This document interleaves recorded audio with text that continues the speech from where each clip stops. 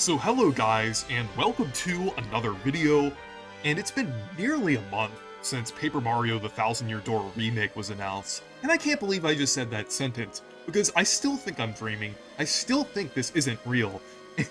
But I mean, it obviously is real, and it's absolutely amazing.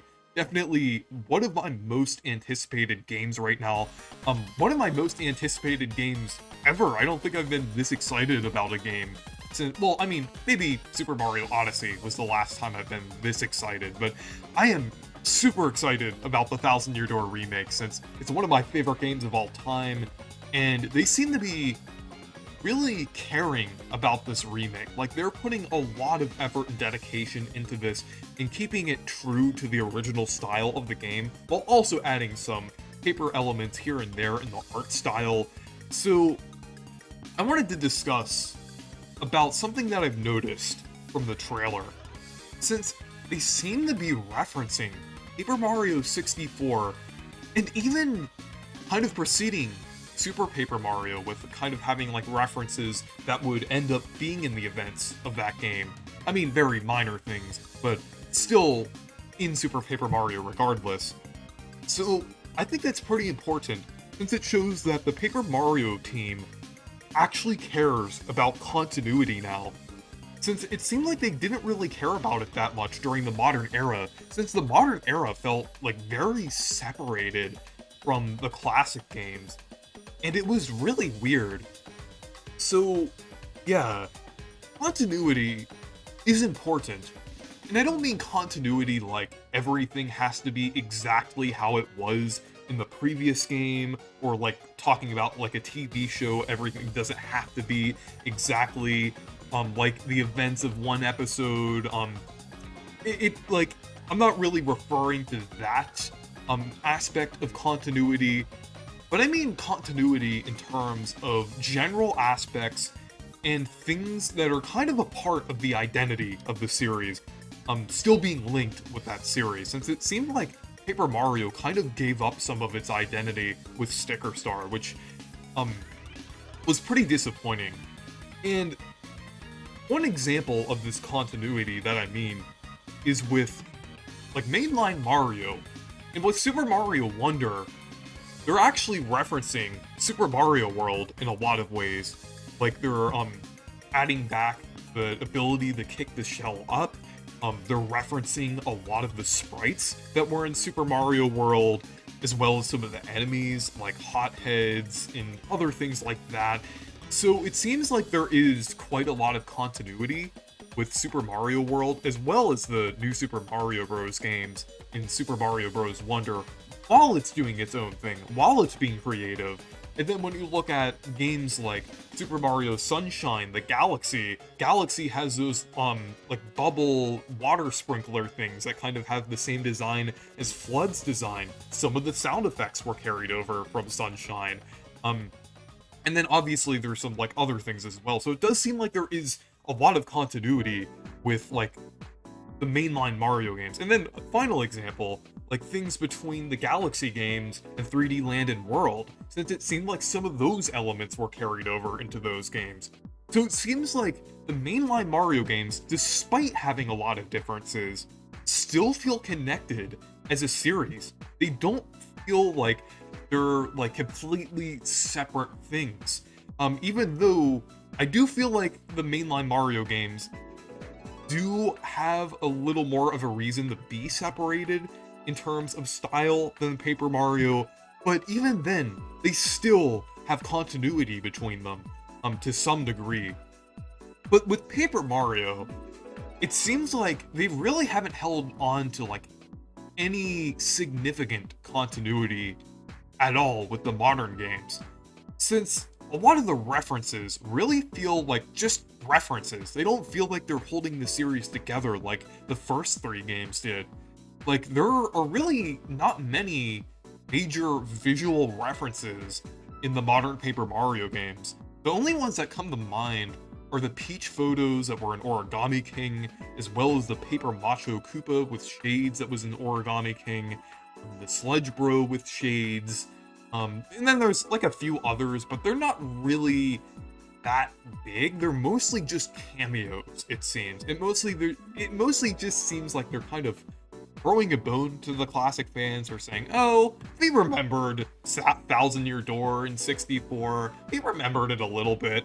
While they completely just do something completely different in everything, they just completely refuse to acknowledge it beyond those references. And then there's also some small references here and there in the dialogue, with like Goombella and Parakarry letters being in the garbage dump and Sticker Star, Bobby and Origami King saying that he wanted to be an admiral, kind of since he's a Bob-omb, it kind of was referencing Admiral Bobbery. I did like that reference, that was pretty cool. Then there's also the Johnson gag that was in Thousand Year Door with the X-Nauts, and then there was like a Hammer Bro or Koopa in Super Paper Mario that was like named Johnson, and then there was like a Shy Guy in Color Splash named Johnson. So it's kind of like a joke that they're calling out someone named Johnson who's like a part of like a group of enemies. They kind of carried that over into Color Splash. And then there was one with Olivia calling Kamek Cammy. So yeah, they're really just minor references and minor cameos. They're not really connecting the series to those older games. They're just only acknowledging those games. They're not really actually connecting them to the older Paper Mario games. Then another thing is things that are more of like inspirations from the older Paper Mario games rather than actual references, like Bowser's castle floating like 64, and then the interior of Peach's castle being similar to 64 in Origami King. Those mostly, like, they're not quite coincidences, but they're not quite references either. They're not really connecting the series that much, since they still are kind of different. It seems like they're just mostly loosely based on them. So yeah, and then another thing is that they're only like loosely following certain traditions, like the game shows, and one of the traditions with like a bridge being uncovered in the first chapter of the game. Things like that. They're following only like the basic things. Not really connecting the series in terms of like characters or designs or locations or anything. Mostly just the minor things. And it just seems like there's just a big lack of continuity here. It's mostly just building off of Sticker Star, like, which kind of introduced a template of having like enemy designs that were closer to the new Super Mario Bros. Series, having like very different like styles of worlds and everything. Origami King kind of had worlds that were a little more similar to the older Paper Mario games, which I did appreciate. I did like a lot of aspects of Origami King. It's definitely by far my favorite game in the modern era, but it still felt pretty disconnected from the older Paper Mario games. Like, it was lacking things like Mario's house design, Toad Town being completely different, the fact that it lacked the Paper Mario specific enemies that appeared in the first 3 games left. Spinias, Rough Puffs, Koopa Trolls, Duplighosts, Yoshi's Island enemies like Crazy Daisies or Bandits, different things like that. And then also the characters like Shamans, like Merlon, the Wackas, the Tugans, all of those other wacky and interesting NPCs were completely gone because of, presumably, the character restrictions after Sticker Star. Then there's the lack of a cooking system. It felt like that connection wasn't there. It felt like it was a totally different thing, like almost like it was a completely different series aside from some of the basic enemy designs, and like the fact that they were like flat characters, and the fact that it had RPG elements, in the funny dialogue. Other than that, it kind of felt like something very different, and it was just pretty unfortunate. I would have appreciated these modern elements and modern things that were implemented, like in Color Splash and Origami King more, if they had that connection to the classic Paper Mario games. Like, even if they had a little bit of that acknowledgement, like let's say they had like a Wacka, they had like more NPCs, some of those Paper Mario exclusive enemies and different things like that in Origami King, it would have been a significantly better game for me, just because of the fact that it would have seemed like the developers cared more about connecting it in with the series and kind of making it more of a Paper Mario adventure rather than a Mario adventure that just so happens to look like paper. So, yeah, it was just kind of disappointing over the past decade seeing that they didn't really care that much about like the older Paper Mario games. And don't get me wrong, I do think there's a lot of good aspects of the modern Paper Mario games. Like Origami King especially, like I said, I did enjoy the game. They did do a lot of good things, like the overworld design is great. They did kind of go closer to having more interesting character designs, like when you look at like the cutout soldiers, the Vellumentals, like the Whispering Woods trees, even some of the Toad designs were a little better. Shogun Studios, like there were a lot of more creative ideas in Origami King that I did appreciate, but I just wish they would have connected it more with the older Paper Mario games to make it kind of have that identity that the older games had. But yeah, so that's why it's really important that the Thousand Year Door remake is actually making those changes and everything. Like, so far from what we've seen in the trailer, the Paper Mario 64 theme just played right off the bat, like right after that little scene where they revealed the book and everything. I actually got confused a little bit and thought they were doing a Paper Mario 64 remake, or a collection of a 64 remake and a Thousand Year Door remake. But it's really cool that they have the Paper Mario 64 theme there. And it's actually connecting it to the first game and everything. I assume that's gonna play like at the beginning of the game when it's at the Mario Bros house. But that's pretty cool. It's kind of adding on to that connection that it had with 64. It's showing that this is the Mushroom Kingdom that was in Paper Mario 64. It almost seems like they're just kind of emphasizing the fact that this is the same world that Paper Mario 64 was in. And then on top of that, like, Mario's house using the same design as 64. I mean, it already did have a pretty similar design in Thousand Year Door to the 64 house, but they did change it a little bit in Thousand Year Door. This time, it actually does have the blue exterior in the back of the house, which was in Paper Mario 64. And then another notable thing was the photo of the partners in Mario's house, which was actually from Super Paper Mario. So that basically kind of precedes Super Paper Mario and adds a little bit of continuity, showing that like it makes sense that they would have the picture of the partners from Paper Mario 64 in Thousand Year Door. So it definitely makes a lot of sense that they're kind of adding on to this. And another thing was the map on the wall referencing the Mushroom Kingdom from Paper Mario 64 when it was originally a generic map.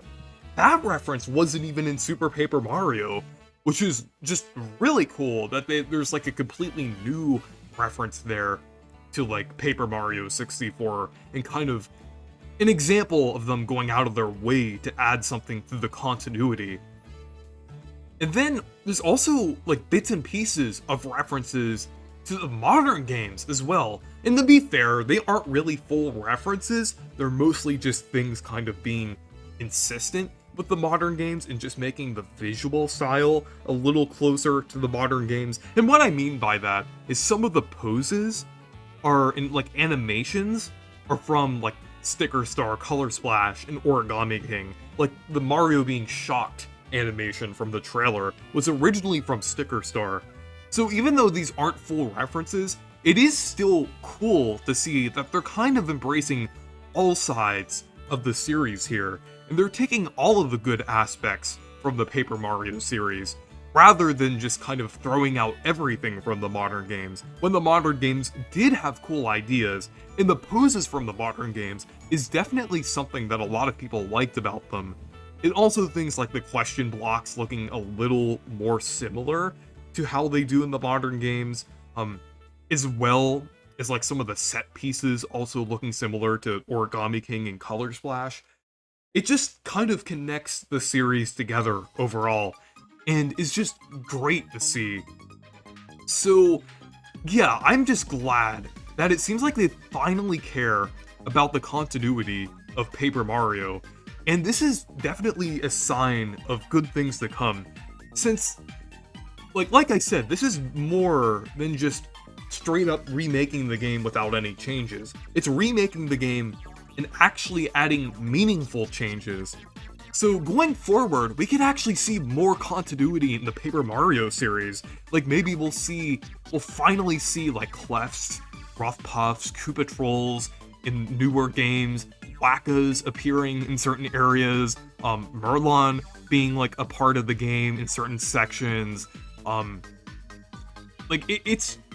I just feel like that's more likely now that they're actually referencing the older games. Maybe they'll reference some of the locations and things. They'll add like the little things from Paper Mario 64 and Thousand Year Door, like just little things like the map, for instance, Mario's house. I just hope they'll continue to do that, since it kind of gives the Paper Mario series more identity, and it kind of makes it feel connected as a series as a whole. And it's part of the reason why I like this series so much. I like when Paper Mario does different things, even in Origami King, when it does different, unique, and distinct things. I really enjoy that. I like when Paper Mario does things differently from the mainline games or any other Mario spin-off. I just really enjoy when it, kind of does that, since it kind of gives meaning to the series overall. But yeah, anyways, thank you guys for watching this video. Make sure to leave a like and subscribe for more, and make sure to check out my Discord server and Twitter if you want to. Goodbye.